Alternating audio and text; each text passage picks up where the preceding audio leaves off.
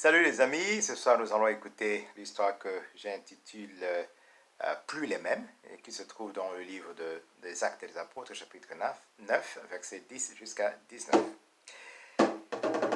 Alors il y avait un disciple qui était à Damas, il s'appelait Ananias, et pendant qu'il priait dans une vision, Dieu l'a appelé. Il a dit, me voici Seigneur. Dieu lui dit, va sur la route appelée la droite, tu vas dans la maison de Judas, tu vas prier pour...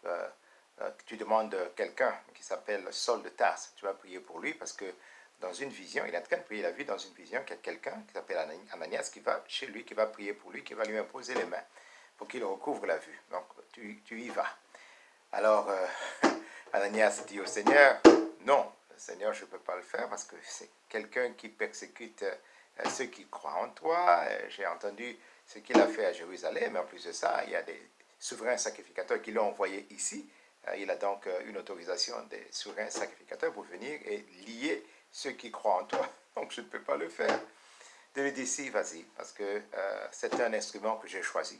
Et c'est lui qui va porter mon nom devant les nations, devant ceux qui ne sont pas des juifs, évidemment, devant les rois et aussi devant les juifs.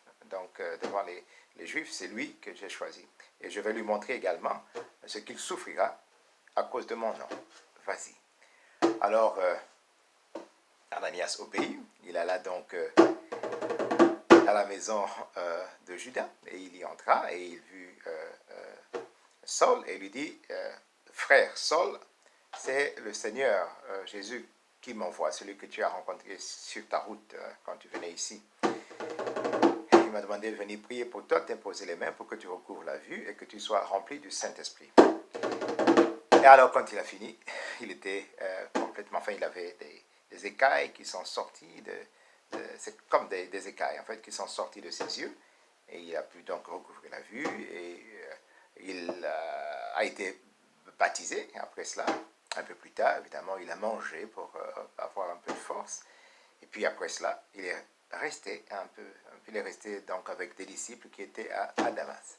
C'est ça donc notre histoire de cette semaine qui se trouve dans Actes chapitre 9, versets 10 à 19, plus les mêmes. Au revoir, on se retrouve la semaine prochaine.